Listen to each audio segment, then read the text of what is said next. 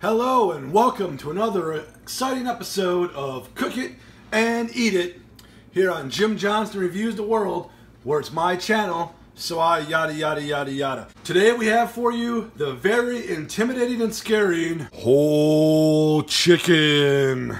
Now I know from a lot of my friends, a lot of people I talked to over the years, a lot of people are very intimidated by a whole raw bird. Well, I'm here to tell you, not only does it not need to be intimidating, it's not gross, it's part of nature, and with our handy dandy crock pot, it's easy and accessible to cook perfect. What you need for this is a whole young chicken in the 3 to 5 pound broiler range. Parts of giblets may be missing. Anyway, make sure it's nice and fresh, make sure it's completely thawed out. If you bought it frozen, you buy it frozen, just, thaw it out for about 24 to 36 hours in your fridge in a nice cold spot. So we need our chicken, we need our crock pot. Go ahead and set that to low. We need either half of an onion or 2 scallions, cut small. And if it's a half an onion, you can actually cut a little larger. You need one big old bay leaf, or if you have those tiny little wimpy ones that you buy in the store that come in the same jar as your other spices, you'll want 3 of those. You need 2 carrots, just peeled and cut into big chunks, and the same thing with 2 stalks of celery. Then you're gonna need black pepper, seasoned salt, chopped onion, garlic powder,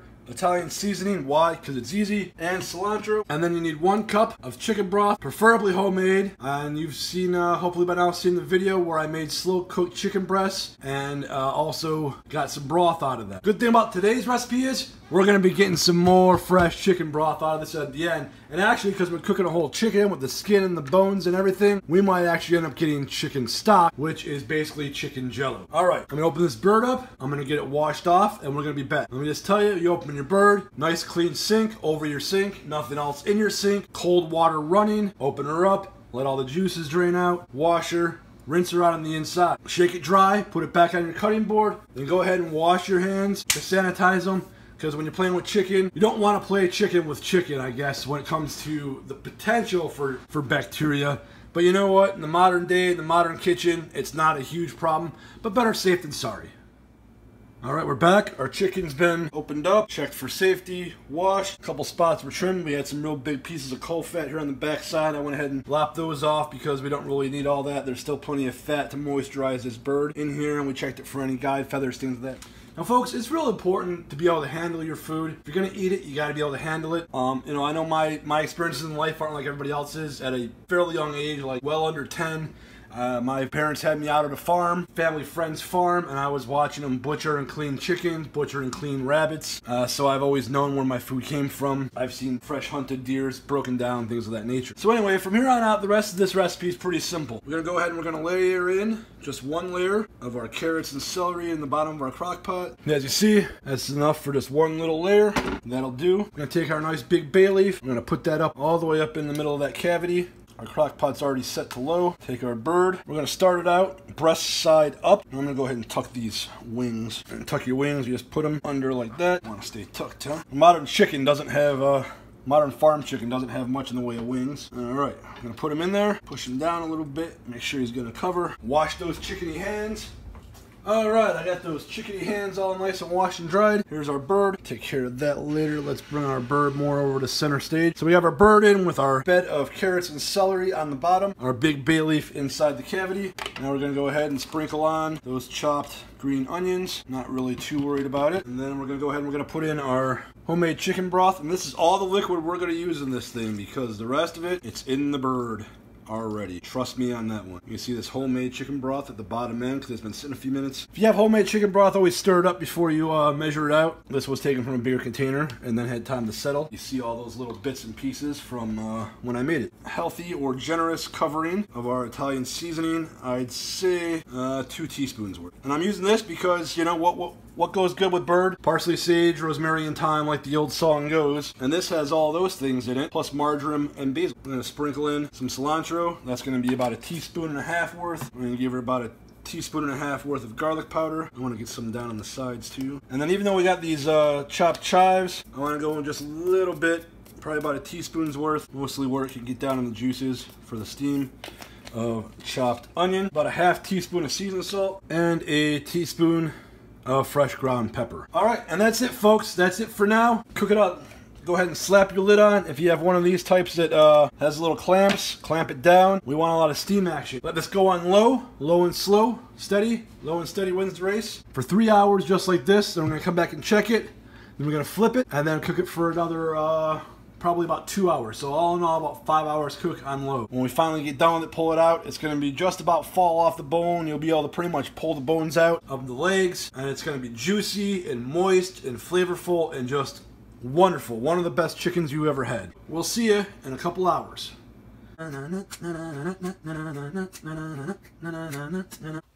Alright, we're back and we're doing whole chicken slow cooker style. Oh, smells wonderful. Ooh. And perhaps you can see all the liquid that's come out of that bird. And that's why we only need to start with that 1 cup of broth. This bird's going to give up plenty of wonderfulness in the cooking process. And then we're going to flip the bird, and I want to go in from the back side. My tongs as far as I can push. This is always the tricky part. Over and finish cooking. My tongs fell apart. Get it back in there. And we're going to finish cooking it breast side down, and then we're going to let that go about another 2.5 hours. See, this side's pretty well done. Looking good. I'll poke a couple holes in the skin here, but it could use a little more, so we're going to let this go about another 2.5 hours. Alright, we're back here. We got a cooked chicken. Total cook time on this bird was 5.5 hours on low, about a half hour on warm, and then I took the lid, turned it off, took the lid and set it to the side, kind of like this, for about 45 minutes now to let it begin to cool off.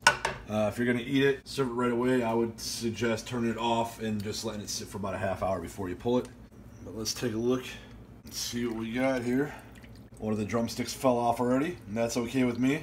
Put in this pan here. The pan here I made some asparagus in a little while ago, but that's another video.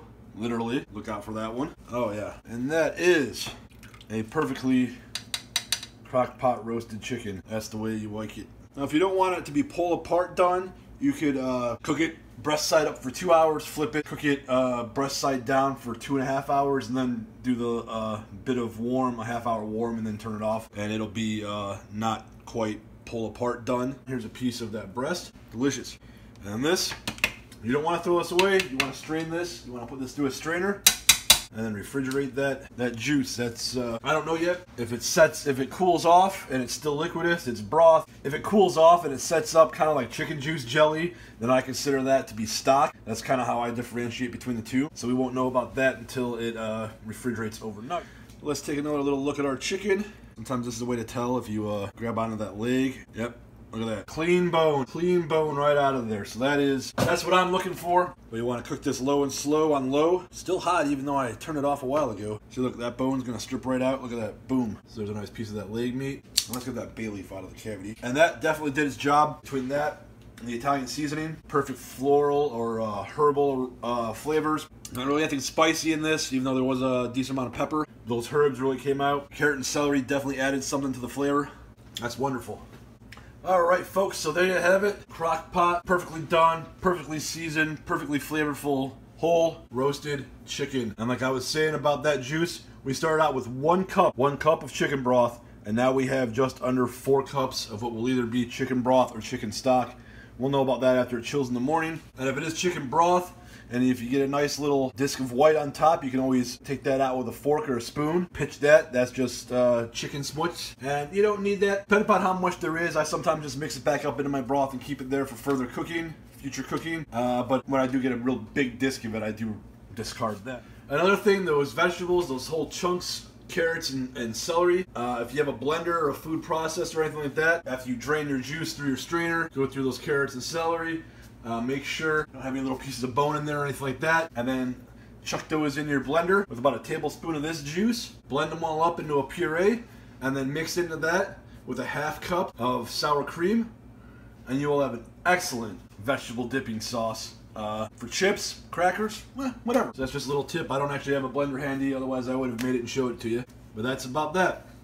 I want to thank you again for watching another episode of Cook It and Eat It. Look at that. Look at that. Anyway, I want to thank you again for watching another episode of Cook It and Eat It here on Jim Johnston Reviews the World. If you like my stuff and you haven't yet, go ahead and subscribe. Leave me a comment down below and share this with your friends and family to help me keep growing the channel so I can keep making you these delicious food recipes and my new series, Jim Reviews Stuff. More stuff to come in the future. As the channel grows, we'll branch out into other avenues. That's all we have for today. Until next time, bye-bye.